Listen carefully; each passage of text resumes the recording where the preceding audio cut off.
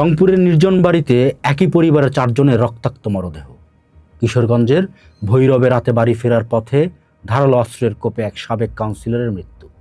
কিংবা রাজধানীর মিরপুরে শিশু রামিসার মর্মান্তিক পরিণতি।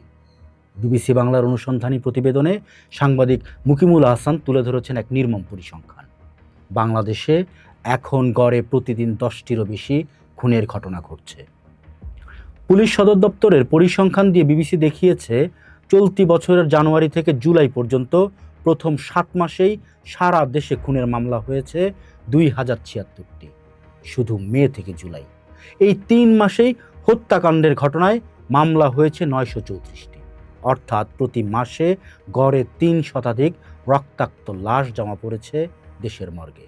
পুলিশের ক্রাইম অ্যান্ড অপারেশনসের অতিরিক্ত আইজিপি খন্দকার রফিকুল ইসলাম বিবিসি বাংলাকে যে স্বীকারোক্তি দিয়েছেন তা এক গভীর অসহায়ত্বের দলিল। প্রতি মাসে কমপক্ষে 300-র মতো খুনের ঘটনা ঘটছে। গড়ে প্রতিদিন 10টা করে খুন যেন আমাদের ভাগ্যে লেখা রয়েছে। চুরি বা ডাকাতির ঘটনা কিছুটা কমলেও মানুষের জীবনের নিরাপত্তা দেওয়ার জায়গায় রাষ্ট্র ও তার আইন শৃঙ্খলা বাহিনী যেন স্থবির হয়ে দাঁড়িয়ে আছে।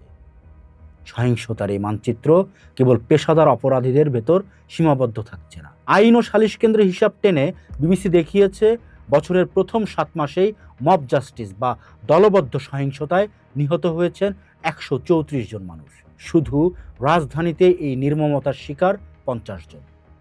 একই সময়ে রাজনৈতিক আধিপত্য ও অভ্যন্তরীণ কোন্দলের সহিংসতায় প্রাণ হারিয়েছেন অন্তত 77 জন, আহত হয়েছেন প্রায় 3000।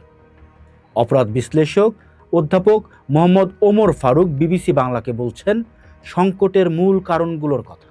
2024-এর অভ্যুত্থানের পর থানা থেকে লুট হওয়া অস্ত্র আর চোরাচালানের মাধ্যমে দেশে অবৈধ অস্ত্রের বিস্তার এখন অপরাধীদের হাতে হাতে। এর সাথে যুক্ত হয়েছে পুলিশের দীর্ঘমেয়াদী মনোবলহীনতা।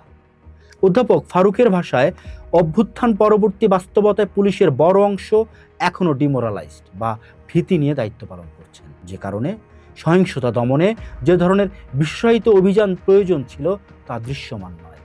বিবিসি প্রতিবেদনে আরেকটি অস্বস্তিকর সত্য স্পষ্ট হয়েছে।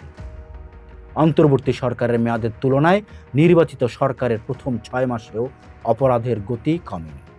চলতি বছরের ফেব্রুয়ারি থেকে জুলাইয়ে সারা দেশে খুনের মামলা হয়েছে 1789টি। একই সময়ে নারী ও শিশু নির্যাতনের মামলা দাঁড়িয়েছে 11,165টিতে, যা আগের 6 মাসের তুলনায় 1075টি বেশি। বাংলাদেশ হিউম্যান রাইটস ফাউন্ডেশনের চেয়ারপারসন এলিনা খান বলেছেন, নির্বাচিত সরকারের সময়ে পদ ও পদবীর কোন্দল এবং রাজনৈতিক হত্যার দায় দিন শেষে রাষ্ট্র ও সরকারকেই নিতে হবে। শিশু রামিসা হত্যার 19 দিনের মাথায় রায় দিয়ে আদালত হয়তো দ্রুত বিচারের একটি নজির দেখিয়েছে, কিন্তু প্রতিদিন যে 10টি তাজা প্রাণ ঝরে যাচ্ছে, তাদের কয়জনের বিচার প্রাতিষ্ঠানিক রূপ পায়?